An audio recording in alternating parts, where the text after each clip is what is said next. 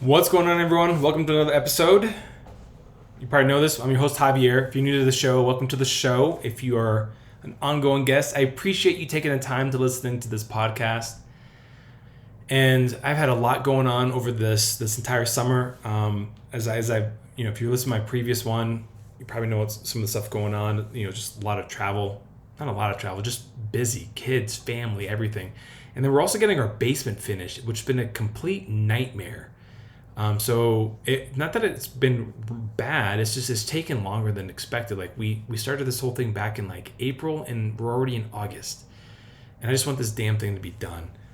So this goes back to showing you that if you cut corners, things take longer. So pay full boat for everything, So I've been putting some work into it. I've been GCing the entire thing. It's been give or take, whatever. So anyways, I'm not going to dive into too much about that. Not that you care about my personal life when it comes to like finishing my basement, but the basement will be finished soon, which is exciting.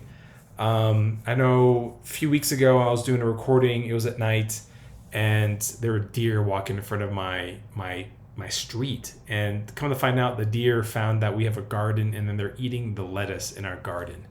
And we were like, what is going on? It's like cropped off. It's because they're eating the lettuce. And our garden isn't doing too well. But you know what's great? Podcasting. Podcasting is always great. And I also have a bourbon going on as we speak as well too.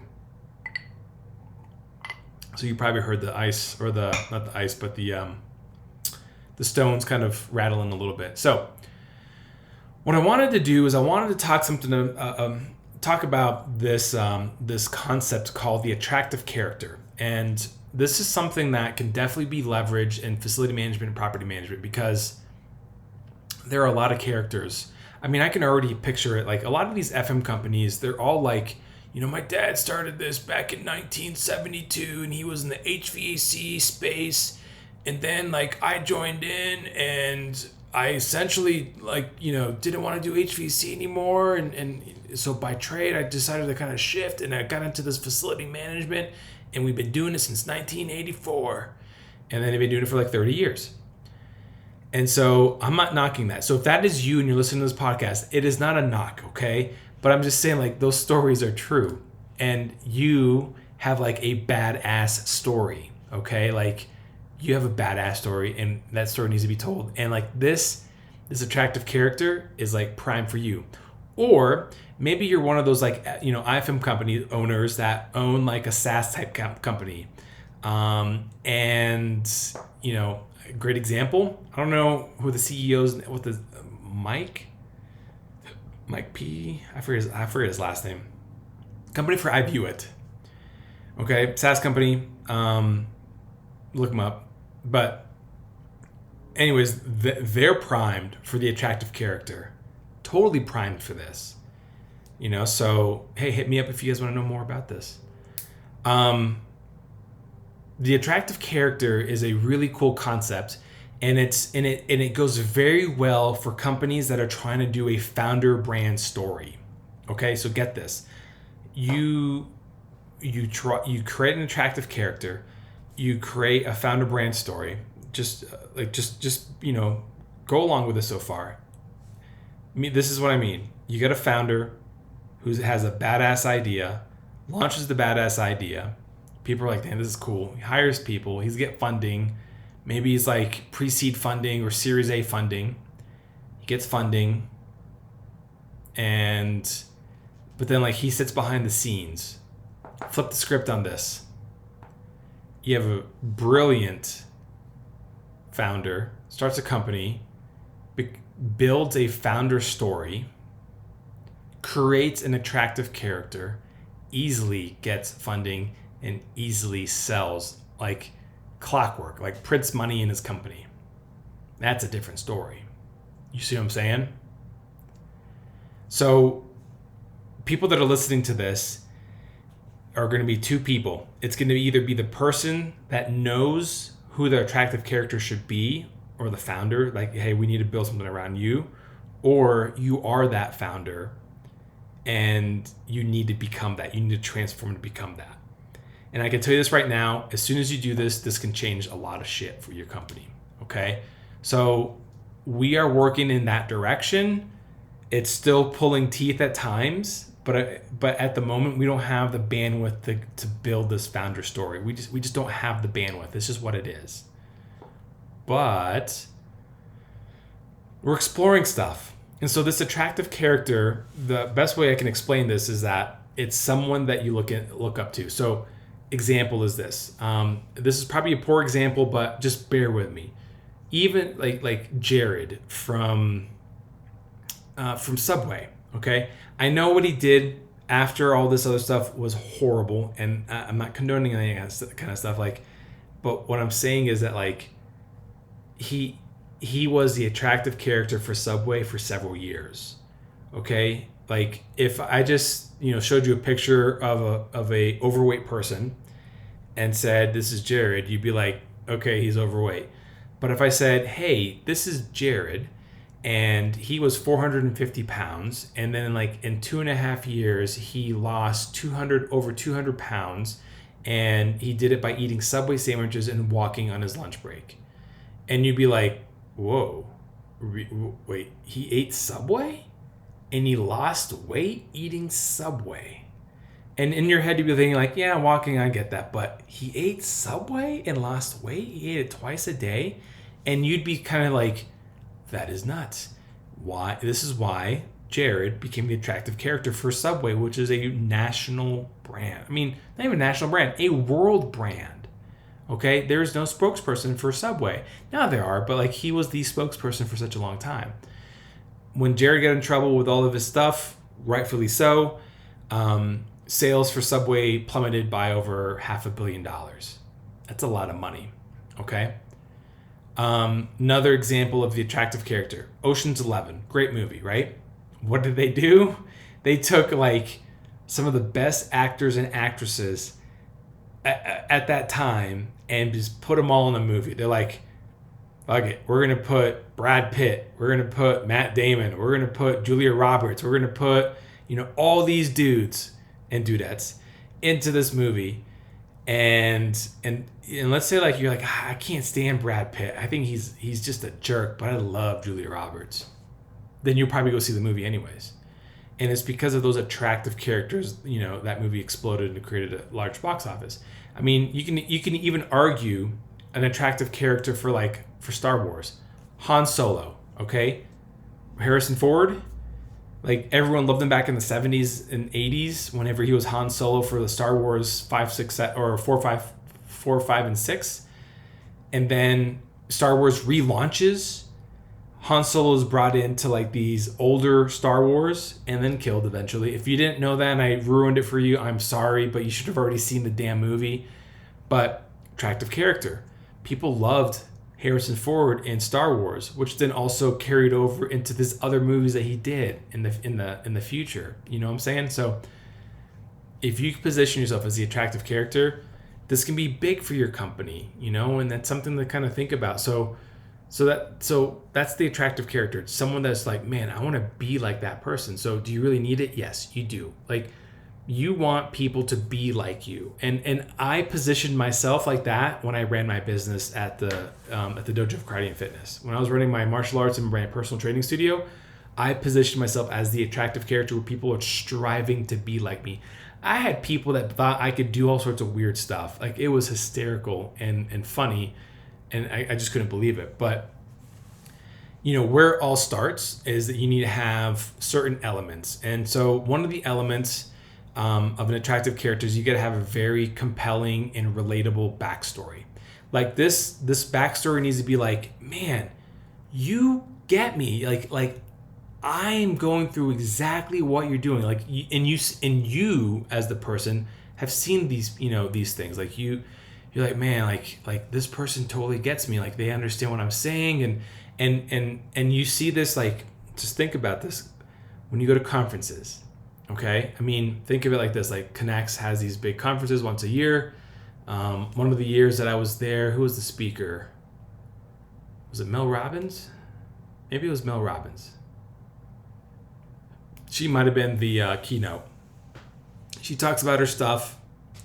And people are like, man, she totally gets me. Same thing with like, I think a year or two before that show, it's like Gary Vaynerchuk was a keynote. And people are like, man, like Gary gets me.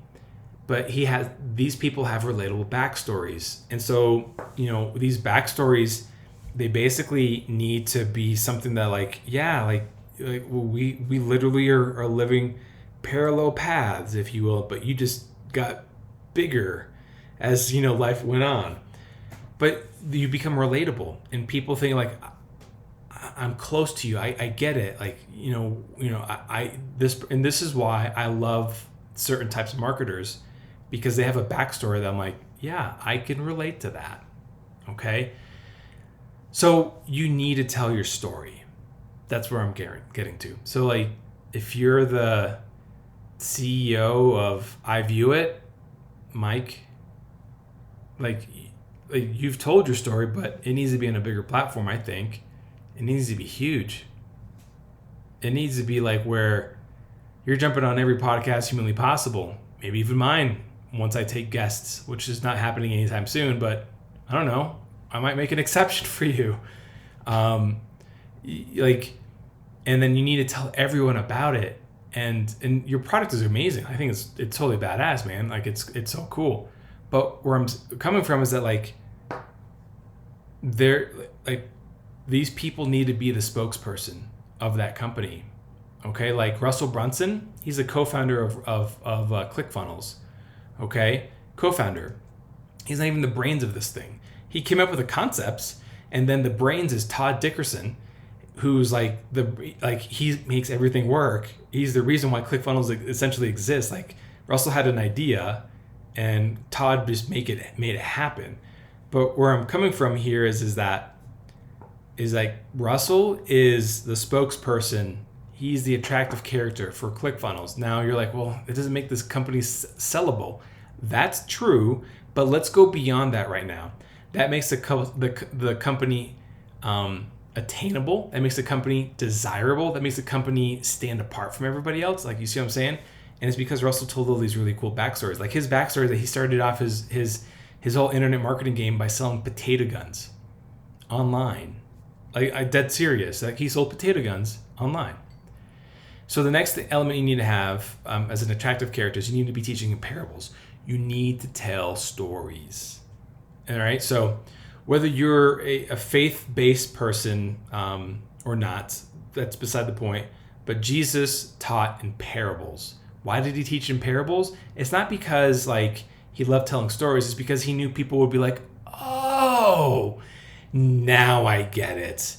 These 4 goats represent this, and these 3 donkeys represent this. Like, that's the thing. Like, he's telling these stories, and people are like, that makes sense. But here's the other part. When you tell stories, you dump things down to where everyone can grasp it. Okay? And children are huge about this. They love stories. My kids love stories. Like, there have been times where like, can you tell me a story? And I'm like making shit up. But they love it. They love the story. They love to be put into these into this world or something. So you need to tell stories. You need to tell things in parables. And it may not even be personal stories, but you need to be like, there is a person that went through this and did this and experienced this, and this is what the results were. And you need to be able to tell that story as though it was your own story. Okay? But if you teach in parables, no longer are you trying to sell someone or convince somebody. You're just telling an experience. And I realized this late in my career, especially after I sold my business, that I taught, it's a full moon right now.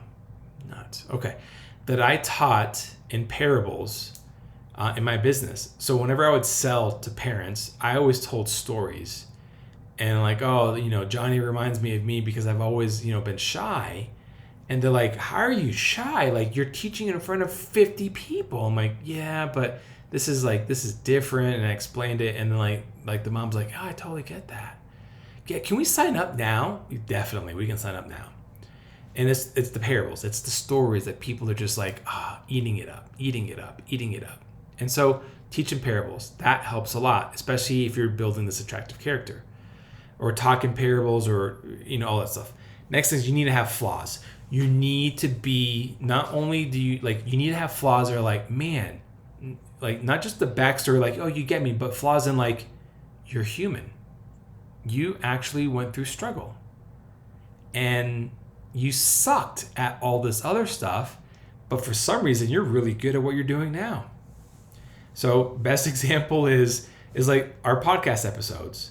My podcast episodes aren't exploding by any means. And they're growing. Don't get me wrong. Like but it's not like the other people out there that are just like fucking getting, downloads. Like, if they don't get 1,000 downloads a day, it's a bad day. Like, we're not there. Okay. And that's okay. But like, you need to actually talk about your flaws. Like Superman had a flaw, and it was kryptonite and his family. Okay. Like everyone has a flaw. I mean, if you send emails and there's some misspellings in there, leave it. Just move on, because you look like you're like, oh, he's human. If you're like, man, I don't want people to. Here's a great example. All my podcasts that I had back in 2018 that I deleted, or I didn't delete. I'm sorry, let me take that back. I still have them. I just took them off from the world to see. That was a bad idea. And I at the time, I was like, I don't know. I didn't want to, because I knew this is probably not smart, but I should have left it so people could see where I started from. And they're like, man, this guy really sucked. And then they see the journey, and they're like, man, this guy has really grown a lot. And that story is huge. Showing those flaws are huge. People start relating to that. And so that's why it's so hard sometimes whenever I used to run my business, my studio, and kids would be like, man, you have so many trophies. And like, do you see all the trophies that I, for like 5th and 6th place? And like, no, where are those? Like, because they didn't give them out. And the kids are like, wait, what? You didn't get trophies for 5th and 6th place? I'm like, no. They're like, did you get those places? I'm like, yeah, a lot. I got 4th place, 5th place, 6th place, last place. And they're like, you got last place? I'm like, yes. They're like, well, how'd you get that big trophy? Because I got 1st place. Well, how'd you get 1st place? Because I kept doing what I was doing and sucking. And so people don't see that. And so you need to show your flaws, because you become relatable. You become human. Okay? And then the last one about this element, you need to be polarizing. And I'm dead serious about polarizing. Okay? So I'm not going to go in here and be like, I drink bourbon. If you don't like bourbon, then don't listen to my podcast. And I'm a Christian. If you don't I'm not going to say that. Okay? Now, if you don't drink bourbon, I'm not going to criticize you, but I'm going to think you're a little different. But, I'll respect you. That's fine, as I drink my bourbon. However, you need to have polarizing opinions.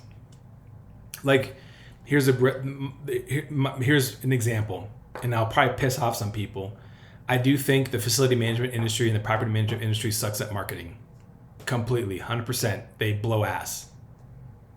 Now, does that mean every company? No, the industry. Okay? Because most of these companies will not hire high-level marketing people. They will not hire a director of marketing. They will not hire a VP of marketing. They will not hire a CMO. That's pretty polarizing, don't you think?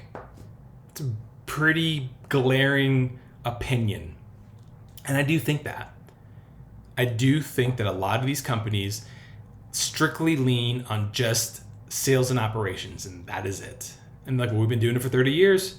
Yeah, you have. Okay, I give you that. But times are changing, buddy.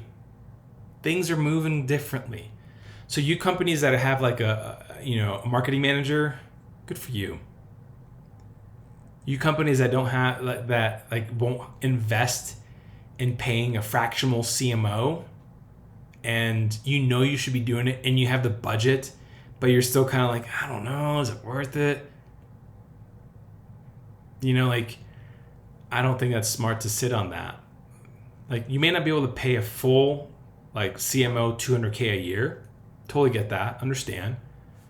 But what if you could pay a fractional CMO 10 hours a week? Okay, 40 hours a month. Let's say, I don't know what that $200,000 a year comes out to be. $100 an hour, roughly. So what's that? $4,000 a month. That's what, 4,000 times, like $40,000 a year. Like, so it's you can get a fractional CMO for 50 grand and not pay them a full salary, benefits, and all this other nonsense. Think about that. I'm not trying to sell my services. I mean, yes, I am, but I'm not. I'm just simply saying, like, the industry in general does not believe marketing is like a seat at the table. And so it's a polarizing opinion. That's what you need to have. You need to have a polarizing opinion about something. And so there are some companies in the FM business and in the FM space and the property management space that have polarizing opinions, but you need to be very vocal about it. Okay? Like, you cannot be like, well, I sit in the middle of the road because I don't want to make people upset. If you don't want to make people upset, guess what people don't remember? The person that didn't make anybody upset. They don't remember that person. Who was that person? You're like, well, I don't know who you're talking about. Now, the person that pisses people off or pushes people one way or like creates haters, people remember that person. They totally remember that person. Why? Because they're polarizing. And that's an element that you want to have when you're building this attractive character. All right, so those are the 4 elements. You got to have a backstory, you got to be talking in parables, you got to have some flaws, and you got to be polarizing. If you can do those 4 things, you're on your way of creating an attractive character, which is what you want, okay? Now, the identity of attractive character. The identity of the attractive characters are 4 things. Number 1 is you can be a leader. The leader is like the dude that just like is just guns a-blazing, leading the group, like, follow me and we are going to do this. And this is the way I've done this. Like, this is how they are. Like, I've done this. I've done this exactly to a T. And I've seen this happen and play out. And I know the next plan and the next thing to do. You see the leader in football teams. Okay? Think about that. You see the leader like Tom Brady. If he was the attractive character, which he is, of the 4 things, he could be the leader, the adventurer, crusader, the reporter / evangelist, or the hero. He's not the hero. And you're like, well, he is the hero. No, he's the leader. Because he's done it before and he goes, guys, this is how you win a Super Bowl. You do this, this, and this, and this. Trust me, because I've done it 7 times or 6 times. You see what I'm saying? So that's one of the identities. The leader is basically a trailblazer and knows every path. And so that's a very cool place to be in. I would say I've been playing that role in some times. Okay? The next one is the adventurer or crusader. This is the person that is like, hey, I'll be tribute, and then I'm going to come back and tell you how it all went. And then, we'll come up with a plan and we'll just basically like go conquer it. Okay? So like it's kind of like that. Like the crusader, adventurer, like they're willing to take one for the team. Okay? They're like, hey, I got you. I'm going to get you here. I'm going to help you accomplish this. Like, that is the crusader, the adventurer. It's a pretty cool role to be in. Okay? The next identity is the reporter / evangelist. The reporter / evangelist is literally that. It is the person that is reporting on, and this is what we've been seeing historically in the, and this is like literally a reporter, and this is what's been going on, and this is kind of what we've been kind of seeing, and so this is what we're projecting. We're expecting to see this kind of stuff, so like those people are I would say, in my opinion, they have a great role when creating their identity in this attractive character. Some people follow those folks, like they listen to them because they're like, man, like they're so dialed in on how they say it, and so like it's just like your normal reporters and evangelists. And the last identity is going to be the hero. Now you're like, so what's the hero? The hero, the best way I can explain this one is here. Let me pull up my notes that I have here. Give me 1 second. it's typically the person that likes to share their audience, and they're kind of humble. They don't like the spotlight. They don't want to ruffle any feathers. They've discovered some cool things. They want to kind of teach you some information, some secrets that they found. And they typically find out by doing like they interview other folks. This happens whenever they're like in a space where they're not very knowledgeable in. So I did this when I was working at CMI Mechanical. I started a podcast called Facility and Property Management Secrets Radio. It still exists as we speak.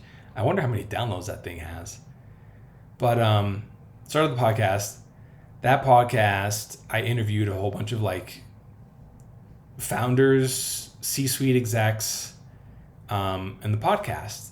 And people were like, man, you've been in this industry for a long time. I'm like, yeah, like 10 months, not really that long. And so I positioned myself to be like, man, this guy, like, he really knows his stuff. And I really wasn't, I'm smart, but I wasn't really as like, knowledgeable in the industry as other people have been. But the reluctant hero kind of like dismisses all that and is like, well, I'm just trying to contribute and help out. And so I kind of play between like the hero and the leader, in my opinion, as my attractive character. And you might be, I don't know, the hero, the leader, the adventurer / crusader, or the reporter / evangelist. But you need to pick one of those four, and you need to be one of those, like, straight up, and use it and leverage it. There's nothing wrong with picking one and just going all in on it. So like the elements that you need to have is like these four things I mentioned earlier. You get to identify as one of these, and then you have to have a storyline. And this storyline, essentially, like you gotta have these like cool stories. Like you gotta have like a rags to riches type story. Like back then, I grew up with no internet, and I had a flip phone Nokia flip phone, and I had a Chihuahua as a dog, and I was basically eating dog food every day. And then like I basically came and found the internet, and the internet opened up a new world to me, and then I started learning how to code. You see what I'm saying? Like it's a rags to riches, lost in redemption kind of stuff. Like you tell that story, people are like, damn, that's a pretty shitty story. And they're like, that's kind of cool. Another one which I love, my favorite one, is the us versus them. Us versus them, you see this with Apple. Not so much now, but back then. Like, oh, you're a PC user? Huh. Do you need a briefcase? And then the Apple user was like, backpack, really cool computer, just like, just preppy cool, just whatever. And so the us versus them approach is huge, because you use that, and people are like, yeah, like we're on their side, and the other side like, oh no, we're on this side. And yeah, so that's the storyline that you can use, the us versus them, which I love. Before and after, huge. You see this in fitness industry like every single day. Before I was 400 pounds, and now I'm 195 pounds. Then another storyline that you can use is like the amazing discovery. It's like, I was just, searching through the internet, and then I encountered this particular writer, and this writer was talking about this, and then I started diving deeper and deeper and deeper, and then I found this, and this concept helped me make $1 million. That's the amazing discovery. And so you basically like tell that story. Or secret telling, they're like, oh man, I've got these like 8 secrets that have completely transformed the way I operate my business. And these 8 secrets have basically removed this, and this. And let me tell you what they are. You see what I'm saying there?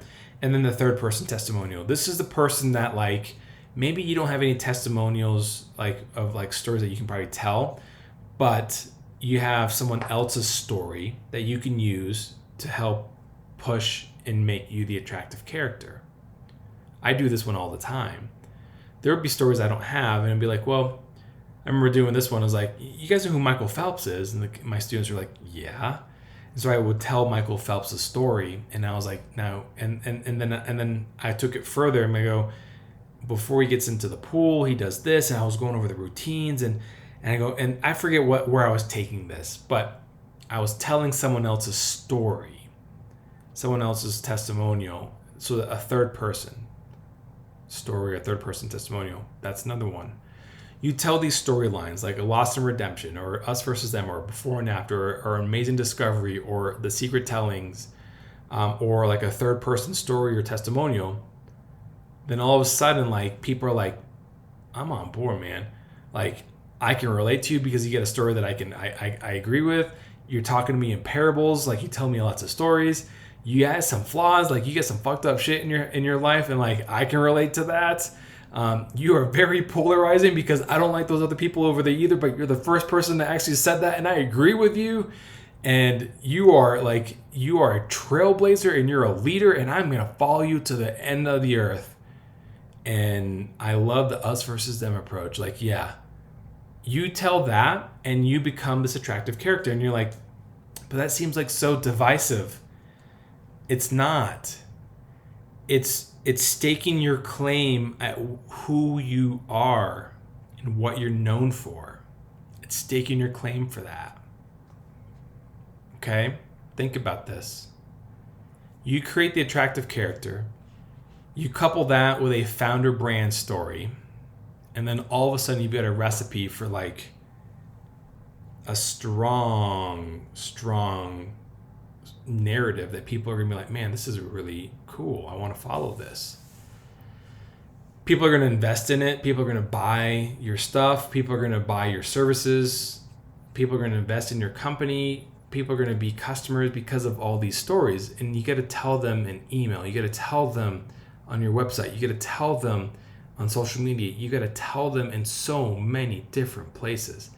They cannot be retained. These stories have to be told. This is one of the main reasons why I have this podcast. I mean, let's just use me as an example right now. You know my backstory. If you don't know, it's podcast 1, episode 1. All right, that's my backstory. Almost every flipping podcast that I actually have, that I do, has some sort of flipping story. Like, let's be honest. Okay? We all know what my flaws are. And if you don't know what my flaws are, one of them, I guess, is that I drink bourbon while I'm actually doing a podcast. Another one is that I probably cuss occasionally, and I probably shouldn't. I'm just playing. But no, I do have flaws. Like, I am a 2-time CMO, but there are areas that I need to improve in, and I need to get better at. And I talk about them in my different episodes. Okay, I have very polarizing opinions on certain things. Okay, like that's me. Okay, I'm like the leader / hero. That is me. Okay, like some people might be thinking like, you seem like you want a lot of attention. I really don't.